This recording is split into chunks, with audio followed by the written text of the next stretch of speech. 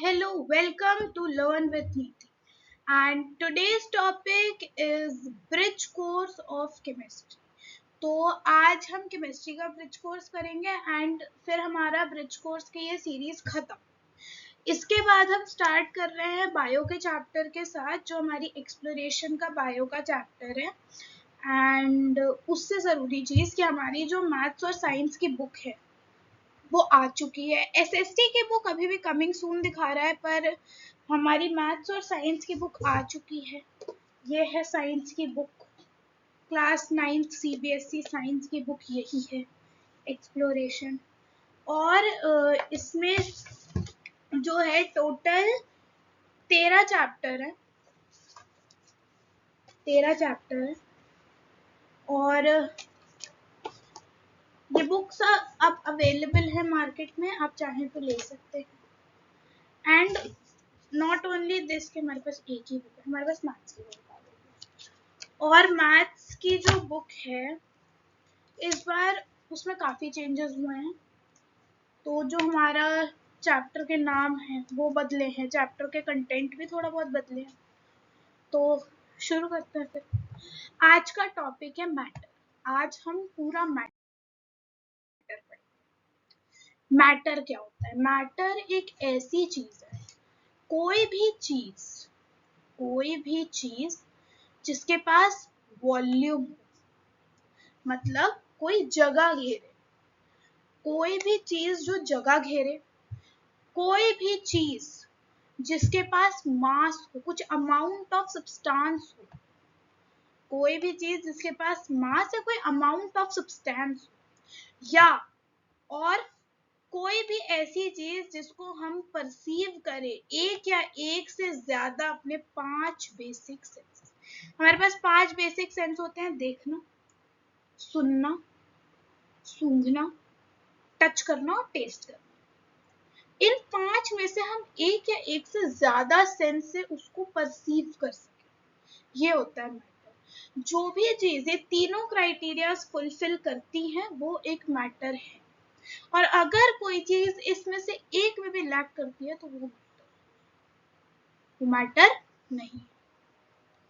कोई भी form of energy matter नहीं होती। लाइट एनर्जी, विंड एनर्जी, या मतलब कितनी तरीके की हमारे इस वर्ल्ड में एनर्जी है, वो कोई भी एनर्जी मैटर नहीं होती है। और फीलिंग्स को भी मैटर नहीं कंसिडर किया जाता। क्योंकि फीलिंग्स को क्यों मैटर नहीं कंसिडर किया जाता? क्योंकि मैं बताऊं एक चीज, अगर जो फीलिंग आपके मन में है वो फीलिंग मेरे मन में नहीं, लेकिन मैटर सबके लिए जगह घेरेगा, मैटर सबके लिए कुछ अमाउंट ऑफ सब्सटेंस रखेगा, मैटर सब उसे एक या एक से ज्यादा सेंसेस से परसीव कर पाएंगे। लेकिन जो फीलिंग्स हैं वो सिर्फ आप कर पाओगे, वो आपके लिए मैटर होगी। फीलिंग्स आप उसको, आपके अंदर जो फीलिंग है वो जरूरी नहीं है मेरे अंदर, इसलिए फीलिंग्स को हम मैटर कंसिडर ही नहीं करते। आई होप यहाँ तक क्लियर है। तो आगे बढ़ते हैं। अब आता है classification of matter. Matter basically दो तरीके में क्लासिफाई हो सकता है, फिजिकल और केमिकल।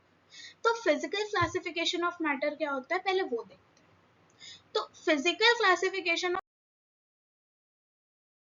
मैटर होता है कि जब हम मैटर को, मतलब मैटर से कोई नई चीज ना बने, उसमें कोई केमिकल, उसके केमिकल कॉम्पोजिशन में कोई चेंजेस ना आए, तो वो फिजिकल क्लासिफिकेशन। जैसे ये एक पेपर है, ये किस काम आता है? ये लिखने के काम आता है, ये लिखने के काम आता है। और हम इसको, ये एक मैटर है, पहले तो ये देखते हैं क्या ये कुछ अमाउंट, मतलब क्या ये कोई जगह घेरता है? बिल्कुल, इतनी जगह घेरी इसने। क्या मैं, मतलब क्या ऐसे कुछ अमाउंट ऑफ सब्सटेंस है? हाँ है, इतना अमाउंट ऑफ सब्सटेंस। क्या मैं इसे अपने 5 बेसिक में, मतलब 5 बेसिक सेंसेस में से किसी एक या एक से ज्यादा सेंस से परसीव कर पा रही हूँ? बिल्कुल। मैं इसे आंखों से देख पा रही हूँ, स्किन से टच कर पा रही हूँ, तो ये तो मैटर है। अब अगर फिजिकल क्लासिफिकेशन की बात करें तो अभी ये मैटर किस काम आएगा? मैं इस मैटर पे लिख सकती हूँ, मैं इस मैटर पे लिख सकती हूँ, इस पे जो लिखा है मैं उसे पढ़ भी सकती हूँ। तो ये मैटर है। अगर मैं इस पेपर को पूरा ऐसे खुचुड़ मुचुड़ कर दूं, ऐसे क्रंच कर दूं, तो क्या है? तो ये अभी भी पेपर, पर इसके लुक में वो आ गया, इसमें रिंकल्स आ गए। पहले ये पेपर बिल्कुल स्मूथ था, अब इसमें रिंकल्स आ गए। लेकिन अभी भी मैं इस पे लिख सकती हूँ, इस पे लिखा हुआ पढ़ सकती हूँ। मैंने इस पेपर को फाड़ दिया, है तो ये अभी भी पेपर ही ना, मैं इस पे लिख सकती हूँ, मैं इस पे लिखा पढ़ भी सकती हूँ। इट मीन्स कि कोई भी जो मैटर है उसकी फिजिकल स्टेट में चेंज आता है, मतलब वो कैसा दिख रहा है और कैसा बिहेव कर रहा है वो उसमें चेंज आ सकता है। मतलब दिख तो अभी भी पेपर ही रहा है ना, बस साइज और शेप में चेंज आ गया ना। मतलब कि अगर पेपर के साइज या किसी भी मैटर के साइज, शेप, कलर में डिफरेंस आ रहा है तो फिजिकल, क्योंकि उसमें कोई नया, क्या इससे कोई नया सब्सटेंस फॉर्म हुआ? इसमें कोई नया सब्सटेंस फॉर्म हुआ अभी है? तो ये अभी भी पेपर। लेकिन क्या हो अगर मैं ये पेपर जला दूं? अगर मैं इस पेपर को जला दूंगी तो ये पेपर बन जाएगा ऐश, जो कि एक, जिससे एक नया सब्सटेंस फॉर्म हुआ। अब ये पेपर नहीं रहा, अभी राख बन गया, ऐश बन गया। इसलिए वो फिजिकल क्लासिफिकेशन, वो केमिकल क्लासिफिकेशन हो जाएगी। ठीक है, तो फिजिकल क्लासिफिकेशन 3 होती है, सॉलिड्स, लिक्विड्स और गैसेस। डन, यही 3 तरीके की होती है, सॉलिड, लिक्विड, गैस और कुछ नहीं। अब देखो, जो सॉलिड्स होते हैं उनमें सबसे ज्यादा इंटर पार्टिकल अट्रैक्शन। अब इंटर पार्टिकल अट्रैक्शन क्या होता है? तो ये देखो, ये इसको कहते हैं हम ball model. Ball model, ball model मतलब कि ये जो हर एक बॉल है ये एक पार्टिकल को रिप्रेजेंट करता है। तो ये सॉलिड के पार्टिकल्स हैं, ये लिक्विड के पार्टिकल्स हैं और ये हैं हमारे गैस के पार्टिकल्स। तो अगर आप देखोगे तो जो सॉलिड के पार्टिकल्स हैं, सॉलिड के पार्टिकल्स के जो बीच या किसी भी दो पार्टिकल्स के बीच की स्पेस को इंटर पार्टिकल स्पेस कहते हैं। इन इंटर पार्टिकल स्पेस, ये जो इंटर पार्टिकल स्पेस है, ये सबसे इंटर पार्टिकल स्पेस नेग्लिजिबल, मतलब बिल्कुल नहीं होती है सॉलिड्स। हाँ, थोड़ी थोड़ी आपको दिख रही होगी, पर इसीलिए कहते हैं कि इसमें नेग्लिजिबल बिल्कुल ना के बराबर या थोड़ी सी होती है। तो इसीलिए सॉलिड्स के जो पार्टिकल्स है वो फ्रीली मूव नहीं कर सकते। लिक्विड्स में सॉलिड से ज्यादा और गैसेस से कम इंटर पार्टिकल स्पेस होती है ना, और जो गैसेस होते हैं उसमें सबसे ज्यादा इंटर पार्टिकल स्पेस होती है। अगर इंटर पार्टिकल अट्रैक्शन की बात करें तो इंटर पार्टिकल अट्रैक्शन भी इसमें सबसे ज्यादा इंटर पार्टिकल अट्रैक्शन सॉलिड्स, उससे कम, मतलब लिक्विड्स में कैसा, गैसेस से ज्यादा सॉलिड से कम इंटर पार्टिकल अट्रैक्शन लिक्विड में, और गैसेस में inter particle attraction negligible. Inter particle space सबसे ज्यादा गैसेस में और इंटर पार्टिकल अट्रैक्शन सबसे ज्यादा लिक्विड्स में। No sorry, inter particle space सबसे ज्यादा गैसेस में और इंटर पार्टिकल अट्रैक्शन सबसे ज्यादा सॉलिड्स में। डन, आगे बढ़े। तो कंपैरिजन, इन तीनों के बीच में एक छोटा सा कंपैरिजन देखते हैं। तो इंटर पार्टिकल स्पेस के बेसिस पे कंपैरिजन करते हैं पहले। तो जैसा मैंने आपको बताया, इंटर पार्टिकल स्पेस सबसे ज्यादा होती है सॉलिड्स में, more than gases, inter particle space more than gases, less than solids, बता दिया। और नेग्लिजिबल होती है गैसेस में होती ही नहीं, मान के चलो। स्पेस, शेप, अब शेप, भाई देखो सॉलिड्स की तो एक फिक्स शेप है, जैसे ये फोन है, ये एक सॉलिड है, इसके पार्टिकल्स बिल्कुल पास पास में, इसमें सबसे ज्यादा इंटर पार्टिकल अट्रैक्शन, तो इसकी एक शेप है, इसकी एक शेप है। मैं देखूं तो इसकी एक शेप है ना, ये किस रेक्टेंगल शेप का है, क्यूबॉइडल शेप का। पर वहीं अगर मैं बात करूं पानी की, तो क्या पानी का कोई फिक्स शेप होता है? नहीं होता। पानी को मैंने स्क्वायर कंटेनर में डाला, वो स्क्वायर शेप ले लेगा। पानी को मैंने सिलेंड्रिकल कंटेनर में डाला, वो सिलेंड्रिकल शेप ले लेगा। पानी को मैं गोल सरफेस पे डाल दो वो गोल शेप ले लेगा। तो पानी का कोई फिक्स्ड वॉल्यूम, फिक्स्ड शेप नहीं होता, ना गैसेस का होता है। अब अगर देखा जाए तो मान लो ये एक डस्टबिन है ना, ये मेरा टेबल डस्टबिन है, इसके अंदर इतनी जगह है, इसमें क्या भरा हुआ है, इसमें हवा ही तो भरी है और क्या भरा है। तो अभी इस शेप का हो गया, इस शेप में भरी है तो इस शेप में हो गई हवा। अगर वही एक खाली ग्लास है तो ग्लास के शेप की हो जाएगी, है ना। अगर ये जो फोन का कवर होता है ना, ये जो फोन का कवर है, अभी यहाँ कुछ है नहीं है तो क्या है, यहाँ भी तो हवा ही है, तो किस शेप की हो गई हवा, कवर के शेप की हो गई। तो इसीलिए हवा की भी कोई फिक्स्ड शेप या फिक्स्ड वॉल्यूम नहीं होती। अब आता है कंप्रेसिबिलिटी पे। कंप्रेस करना मतलब दबाना, और एयर में वॉल्यूम मतलब नहीं होती है, उसके लिए आप क्या कर सकते हैं, इसके लिए आप ये कर सकते हैं कि एक बलून लीजिए, क्या हवा स्पेस घेरती है उसका मैं बता रही हूँ। एक बलून लीजिए, उसमें हवा ब्लो करिए, आप हवा ब्लो करेंगे बलून फूलता जाएगा, इसका मतलब कि हवा जो है वो मैटर है। मैटर कैसे है, तो हवा वॉल्यूम लेगी, बलून में हवा स्पेस लेगी, और हवा के पास मास है, बिल्कुल मास है, हवा के पास मास नहीं होता क्या। बलून क्या होगा, अभी बलून जितना था उससे तो भारी हो जाएगा ना बलून।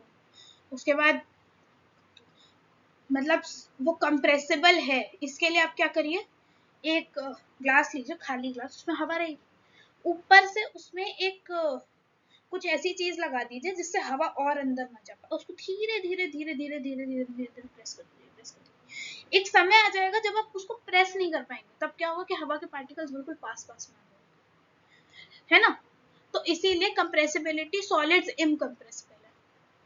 क्या मैं ये जो पेपर है, ये वाला जो पेपर है, क्या मैं इसको कंप्रेस कर सकती हूँ, क्या मैं इसको कंप्रेस नहीं कर सकती। ये कंप्रेस ही नहीं होगा यार, इसके पार्टिकल्स इतने पास पास है, मैं उसको और कितना पास लाऊं। लिक्विड्स जो होता है वो थोड़े कंप्रेसिबल होते हैं, मतलब कि इनकी कंप्रेसिबिलिटी गैसेस से ज्यादा और सॉलिड से कम होती है। ठीक है भाई।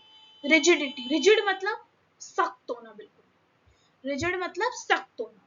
रिजिडिटी, ये रिजिड है, ये रिजिड क्यों है भाई, हम तो नहीं झुक पाएंगे, हम तो रिजिड है, हम तो नहीं झुकेंगे। आप मैंने इसको ऐसे करा, इसकी शेप में चेंज तो आया, लेकिन ये है तो अभी भी पेपर ही, ये गुचड़ मुचड़ तो हुआ, क्रश तो हुआ, लेकिन ये अभी भी रिजिड है, ये रिजिड है।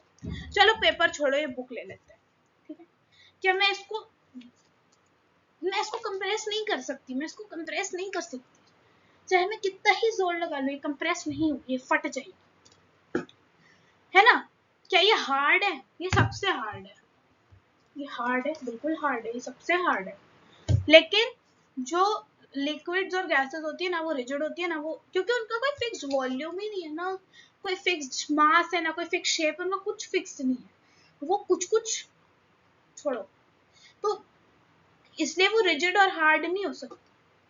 फ्लूइडिटी, फ्लूइडिटी मतलब फ्लो करना, कि ये फ्लो कर पाएगा, ये फ्लूइड है, ये फ्लो कर पाएगा, ये कभी फ्लो नहीं कर पाएगा।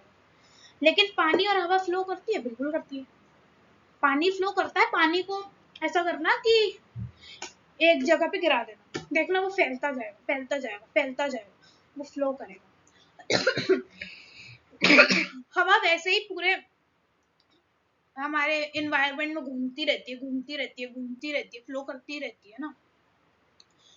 इसका बेस्ट एग्जांपल पता क्या है, एक अंधेरे कमरे में जाना, वहां पर देखना बिल्कुल एक पतली सी लाइट मारना, देखना उसमें ना व्हाइट पार्टिकल्स होंगे जो मूव करते दिखेंगे, ये इससे पता चलता है कि हवा हर समय बहती रहती है।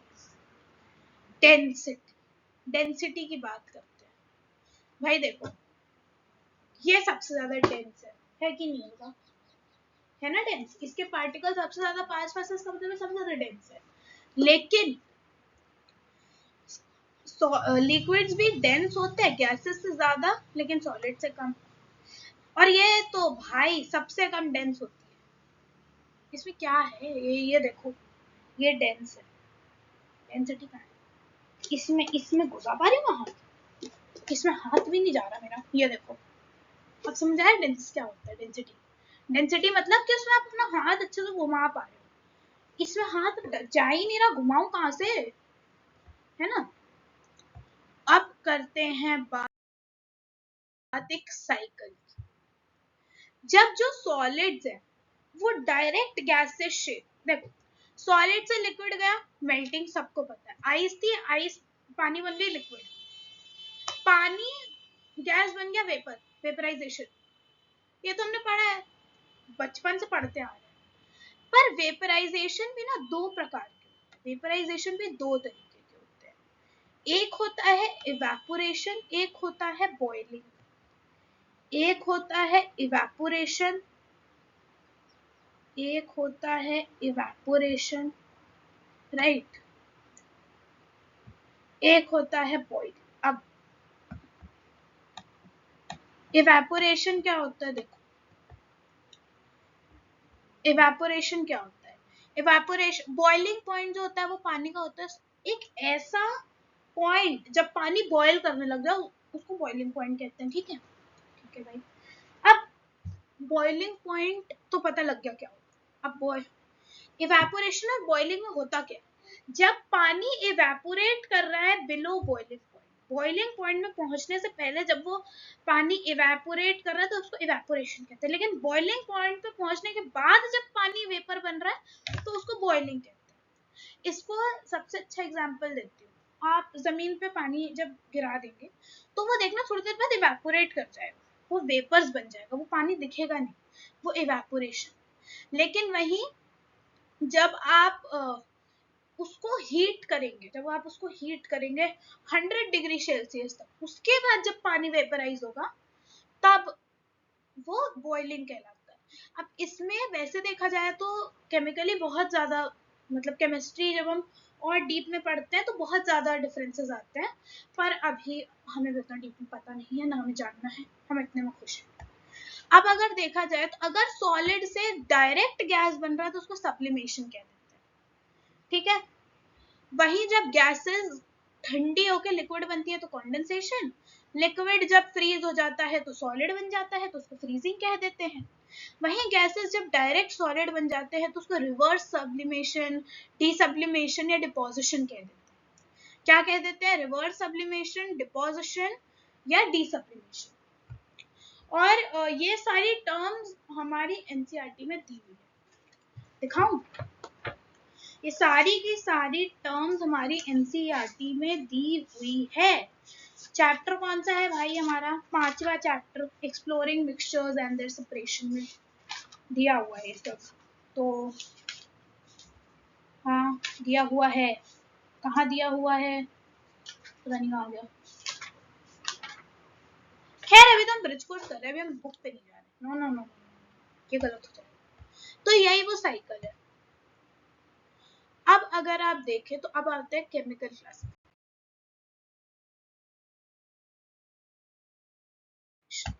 केमिकल क्लासिफिकेशन पे आने का मतलब है भाई कि केमिकल में चेंज आएगा, केमिकल कॉम्पोजिशन में चेंज आएगा, तो केमिकल कॉम्पोजिशन में चेंज आना चाहिए, तभी तो वो केमिकल क्लासिफिकेशन होगा। केमिकल क्लासिफिकेशन जो है वो दो प्रकार के होते हैं, प्योर और इम्प्योर, प्योर और इम्प्योर, प्योर और इम्प्योर। अब ये प्योर क्या होता है, अगर हम अपनी डे टू डे लाइफ में बात करें तो प्योर क्या होता है, प्योर मतलब जिसमें मिलावट नहीं होता। जैसे हमारे दूध वाले भैया हमें प्योर मिल्क नहीं देते, तो पानी मिला के देते हैं। तो भाइयों और बहनों ये प्योर नहीं होता, प्योरिटी की ये डेफिनेशन ही नहीं है। साइंस की प्योरिटी दूसरी होती है, समझ रहे हो, समझ रहे हो मेरी बात। मतलब प्योर सब्सटेंस क्या होता है, प्योर सब्सटेंस वो नहीं होता, हमारे दूध वाले भैया तो दूध में पानी मिला के देते हैं, वो प्योर दूध नहीं देते हमें। जब दूध में खुद ही इतनी सारी चीजें हैं, खुद ही दूध एक मिक्सचर है, अब कहाँ से दूध को प्योर मान रहे हो भाई। प्योर सब्सटेंस मतलब जो एक ही तरीके के आयंस, एटम्स या मॉलिक्यूल से मिलकर बने, है ये क्या होता है, इसके आगे बात करेंगे। तो अभी आप बस इतना समझो कि प्योर सब्सटेंस जो होता है वो एक ही तरीके के आयन्स, मॉलिक्यूल्स या फिर एटम से मिलके बना होता है, ठीक है। इम्प्योर क्या होता है, जो अलग अलग तरीके के एटम से, अलग अलग तरीके के मॉलिक्यूल से, अलग अलग तरीके के आयन्स, मॉलिक्यूल, एटम से मिलके बना होता है, उसको हम इम्प्योर कहते हैं, ठीक है, समझ गए।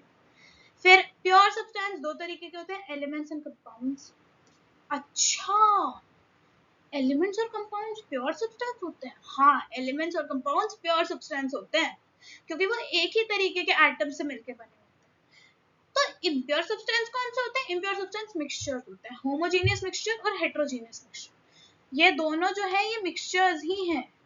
मिक्सचर के क्लासिफिकेशन है, ये कभी भूल मत जाना, ये दोनों मिक्सचर के क्लासिफिकेशन ही है। किसके क्लासिफिकेशन है भाई? दोनों मिक्सचर के ही क्लासिफिकेशन है। बात समझ आ रही है? इसकी हम आगे बात करेंगे चैप्टर अभी। तो अब आगे बढ़े। अब अगला आता है हमारा बेसिक टर्म्स जो हमें पता होनी चाहिए, जो हमारी केमिस्ट्री के लिए बहुत इंपॉर्टेंट, जो होता है एटम। एटम जो है वो किसी भी एलिमेंट की सबसे छोटी, मतलब देखो जैसे हमारी बॉडी किससे मिलकर बनी है? सेल से मिलकर बनी है, इसकी हमने बात करी थी। तो जैसे हमारी बॉडी सेल से मिलकर बनी है, वैसे ही कोई भी नॉन लिविंग चीज एटम से मिलकर बनी होती है। जैसे cell is the structural and fundamental unit of our body, वैसे ही atom is the structural and fundamental unit of any non living thing. समझ गए? बस ये एटम, और कुछ नहीं। एटम वो सबसे छोटी चीज, सबसे छोटी चीज नहीं है, एटम से भी छोटी चीजें हैं। जैसे एटम बाद में जाके तीन चीजों में क्लासिफाई हो जाता है, न्यूट्रॉन, प्रोटॉन और इलेक्ट्रॉन, वो भी हम बात नहीं कर रहे। पर एटम जो है वो सबसे, जैसे सेल भी हमारा टूट टूट के ऑर्गेनेलीज में सेपरेट होता है, साइटोप्लाज्म, ये वो, वैसे ही एटम भी होता है। पर सबसे छोटी इकाई किसी भी सब्सटेंस की, किसी भी नॉन लिविंग चीज की क्या होती है? एटम। समझ गए? समझ गए। अब आते हैं मॉलिक्यूल्स। मॉलिक्यूल्स क्या होते हैं? देखो, जब सेल्स जुड़ते जाते तो क्या बन जाते हैं? जब सेल जुड़ते जाते तो वो तो बन जाते हैं टिश्यू, वो तो टिश्यू बन जाते हैं। वैसे ही जब एटम जुड़ते जाते तो मॉलिक्यूल्स बन जाते हैं।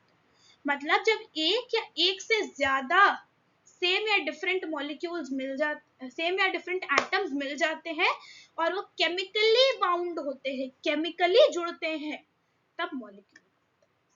ठीक है, जैसे ये देखो, ये क्या है? ये एक एटम ही तो है, ये पूरा एक एटम ही तो है भाई। हाँ, ये तो एक एटम ही है। अभी पिछली स्लाइड पे एटम देखा था ना, क्या ये एक एटम ही तो है? हाँ, ऐसा ही तो कुछ दिख रहा था। एक ब्लू कलर की बॉल थी और साइड में तो रेड कलर की बॉल थी, तो इसको ब्लू कलर की बॉल मानो, इसको रेड कलर की बॉल मानो। हाँ, ऐसा ही था, ऐसा ही था। ये देखो, ये केमिकली बाउंड हुए हुए ब्लू लाइंस जो है, ये केमिकल बाउंडेशंस दिखा रही है। हाँ, केमिकली भी बाउंड है, तो क्या है? ये मॉलिक्यूल है। इसमें एक से ज्यादा एटम है। हाँ, इसमें तो 1 2 3 4 5 6 एटम्स है। इसका मतलब ये मॉलिक्यूल, ये मॉलिक्यूल। आप कभी नहीं भूलोगे ना मॉलिक्यूल मेरी तरह। अब आते हैं आयंस में। आयंस क्या होता है? जब एक ग्रुप ऑफ एटम्स, जिनका एक, देखो एटम्स जो होते हैं वो दो चार्ज के होते हैं, पॉजिटिव और नेगेटिव चार्ज। अच्छा, एटम्स दो चार्ज के होते हैं, पॉजिटिव और नेगेटिव, ठीक है। तो जब या तो पॉजिटिव चार्ज के या नेगेटिव चार्ज के एटम्स एक साथ जुड़ जाते हैं तो आयंस। अरे इतना सिंपल है। हाँ, ये तीन टर्म्स हमेशा याद रखना, केमिस्ट्री में सबसे ज्यादा यूज होती है यही तीन। अच्छा, ठीक है, चलो आगे बढ़ते हैं। अब आते हैं प्योर सब्सटेंस। प्योर सब्सटेंस क्या होते हैं? अभी बताया था, जो सेम एटम्स या मॉलिक्यूल से मिलकर, सेम एटम्स, सेम मॉलिक्यूल या सेम आयन से मिलकर। अब देखो, क्या होता है? एलिमेंट्स जो होते हैं वो होमोएटॉमिक होते हैं, मतलब वो एक ही तरीके के एटम्स या एक ही तरीके के मॉलिक्यूल से मिलकर बनते हैं। अच्छा, ओके। एलिमेंट्स क्या होते हैं? जो एक ही तरीके के एटम्स और मॉलिक्यूल से मिलकर बनते हैं। ठीक है, इसको हम क्या कहते हैं? इनको हम कहते हैं होमोएटॉमिक। एलिमेंट्स कैसे होते हैं? एलिमेंट्स होमोएटॉमिक होते हैं, एक ही तरीके के एटम्स या मॉलिक्यूल से मिलकर बनते हैं। ठीक है, समझ गए? वहीं ये कंपाउंड्स क्या होते हैं? क्या होते हैं कंपाउंड्स? ये कंपाउंड्स होते हैं आयोनिक और कोवेलेंट, दो तरीके के, आयोनिक और कोवेलेंट। आयोनिक क्या होता है? आयोनिक क्या होता है? आयोनिक होता है, नाम से पता चल रहा है कि आयन से रिलेटेड टर्म है, इट मींस कि एक ही तरीके के आयन्स होते हैं। तो आयोनिक कंपाउंड क्या होता है? जो एक ही तरीके के आयन से मिलकर बनते हैं। आयोनिक कंपाउंड क्या होता है? जो एक ही तरीके के आयन से मिलकर बनते हैं। तो आयोनिक कंपाउंड को हम एक और नाम से बोलते हैं, विच इज इलेक्ट्रोवेलेंट। आयोनिक या इलेक्ट्रोवेलेंट कंपाउंड सेम ही बात है ना? ये किससे मिलके बनते हैं? सेम आयन से मिलकर बनते हैं। कोवेलेंट या मॉलिक्यूलर, कोवेलेंट या मॉलिक्यूलर कंपाउंड्स जो होते हैं ये सेम तरीके के मॉलिक्यूल से मिलकर बनते हैं और इन्हें हम हेट्रोएटॉमिक भी कहते हैं। ठीक है, वेरी इजी, वेरी सिंपल, कोई इसमें तोप नहीं है। ठीक है, अब एलिमेंट्स जो होते हैं वो दो तरीके के होते हैं, मोनोएटॉमिक और पॉलीएटॉमिक। मोनोएटॉमिक और पॉलीएटॉमिक, ये क्या होता है? मोनोएटॉमिक और पॉलीएटॉमिक, ये क्या होता है? मोनोएटॉमिक और पॉलीएटॉमिक, ये कौन सी बला है? तो ये कौन सी खेत का बैगन है ना, ये अभी पता लगाते हैं अपन कि कौन से खेत का बैगन आ गया। तो पॉलीएटॉमिक, पहले मोनोएटॉमिक की बात करते हैं। मोनोएटॉमिक होता है एक ही तरीके के जो है एटम्स होना, एक ही एटम होना, जैसे ये है देखो Na क्या होता है? Na होता है sodium, sodium sodium sodium sodium sodium sodium sodium sodium sodium sodium sodium, सिर्फ सोडियम है इसमें और कुछ नहीं है, सिर्फ सोडियम है इसमें और कुछ नहीं है। लेकिन वहीं ये क्या होते हैं? पॉलीएटॉमिक। पॉलीएटॉमिक होते हैं कि एक से ज्यादा एटम्स एक साथ जुड़ जाते हैं, ग्लूड हो जाते हैं, ग्लू हो जाते हैं। जैसे इसका एग्जांपल ले लो O2, CO2, राइट? एक से ज्यादा एटम एक साथ ग्लू हो गए तो वो पॉलीएटॉमिक है, लेकिन वहीं अगर एक ही एटम है तो वो हो जाता है मोनोएटॉमिक। ठीक है, समझ गए? Easy peasy lemon squeezy. आगे बढ़ते, हाय ये क्या आ गया? मिक्सचर क्या होता है? मिक्सचर, अरे वो ना एक नमकीन आती है उसमें लिखा रहता है गोल्डन मिक्सचर, वो उसकी बात नहीं हो रही यहाँ, यहाँ मिक्सचर्स की बात हो रही है। अच्छा अच्छा, मिक्सचर वो ना, मैं ना जब लेमनेड बनाती हूँ ना तो वो नींबू चीनी नमक को मिक्स करके बनाती हूँ, वो वाला मिक्सचर। हाँ, वो भी मिक्सचर है, हम वैसे ही मिक्सचर्स की बात करते हैं। मिक्सचर क्या होता है? मिक्सचर दो एलिमेंट्स या दो कंपाउंड से मिलकर बना होता है। मिक्सचर जो होता है वो दो या दो से ज्यादा प्योर सब्सटेंसेस से मिलकर बना होता है, किसी भी प्रपोर्शन बाय मास, मतलब उसका कोई फिक्स कॉम्पोजिशन नहीं है। मुझे चीनी ज्यादा पसंद है तो मैं चीनी ज्यादा डालूंगी, आपको चीनी कम पसंद है, चीनी कम डालोगे। क्या इसका कोई फिक्स प्रपोर्शन बाय मास है? नहीं है, जितना मर्जी डाल लो, जितना आपका मन, हमारी मर्जी। ये होता है मिक्सचर्स, इसका कोई फिक्स कॉम्पोजिशन। वहीं मिक्सचर्स का कोई फिक्स बॉइलिंग या मेल्टिंग पॉइंट होता ही नहीं। जब भाई इनकी कॉम्पोजिशन ही फिक्स्ड नहीं है तो इनका बॉइलिंग और मेल्टिंग पॉइंट फिक्स्ड कहाँ से हो जाएगा? समझ रहे हो मेरी बात? हाँ, बात तो सही है। जब इनकी फिक्स्ड कॉम्पोजिशन ही नहीं है तो इनका फिक्स बॉइलिंग और मेल्टिंग पॉइंट कैसे हो जाएगा? दिमाग तो लगाया। अब देख, दो तरीके के मिक्सचर्स होते हैं, होमोजेनियस और हेट्रोजेनियस। होमोजेनियस मिक्सचर्स जो होते हैं वो यूनिफॉर्म होते हैं, मतलब वो उनके जो कंपोनेंट्स है वो दिखते नहीं है। जैसे जब आप लेमनेड बनाते हो तो क्या उसमें चीनी नमक नींबू का जूस अलग अलग दिखता है? नहीं दिखता, लेकिन जब टेस्ट करते हो तो पता चल जाता है कि इसमें चीनी भी है क्योंकि मीठा है, इसमें नमक भी है क्योंकि इसमें थोड़ा नमकीन टेस्ट है, इसमें नींबू भी है क्योंकि नींबू की खटास आ रही है। तो आप मेक आउट कर सकते हो उसमें क्या क्या है, लेकिन वो आपको दिखेंगी नहीं, तो ये होमोजीनियस मिक्सचर है। हेट्रोजीनियस मिक्सचर्स क्या होते हैं जो हमें दिखते हैं, जैसे मान लो मैंने भेलपूरी बनाई, उसमें दिख रहा है कि ये इसमें मुरमुरा भी डाला है, इसमें प्याज भी डाला है, इसमें टमाटर भी डाला है, इसमें खीरा भी डाला है, इसमें ये चटनियाँ भी डाली है, सब दिखता है उसमें। या फिर जब अपन पानी पूरी खाने जाते हैं, उसका जो पानी होता है, दैट्स अ होमोजीनियस मिक्सचर। पर वहीं जो उसका आलू होता है, दैट्स अ हेट्रोजीनियस और होमोजीनियस का मिक्स दोनों ही है वो। क्यों? क्योंकि उसमें प्याज दिखता भी है, उसमें चना दिखता भी है, पर वहीं उसमें नमक नहीं दिखता, उसमें काली मिर्च नहीं दिखती। समझ रहे मेरी बात? तो ये होता है होमोजेनियस और हेट्रोजीनियस के बीच का डिफरेंस। आई होप आपको ये चीज समझ आई हो। अब ये कुछ क्वेश्चंस टू प्रैक्टिस आपको मैंने दे दिए हैं, इन क्वेश्चन के आंसर करके देखिएगा।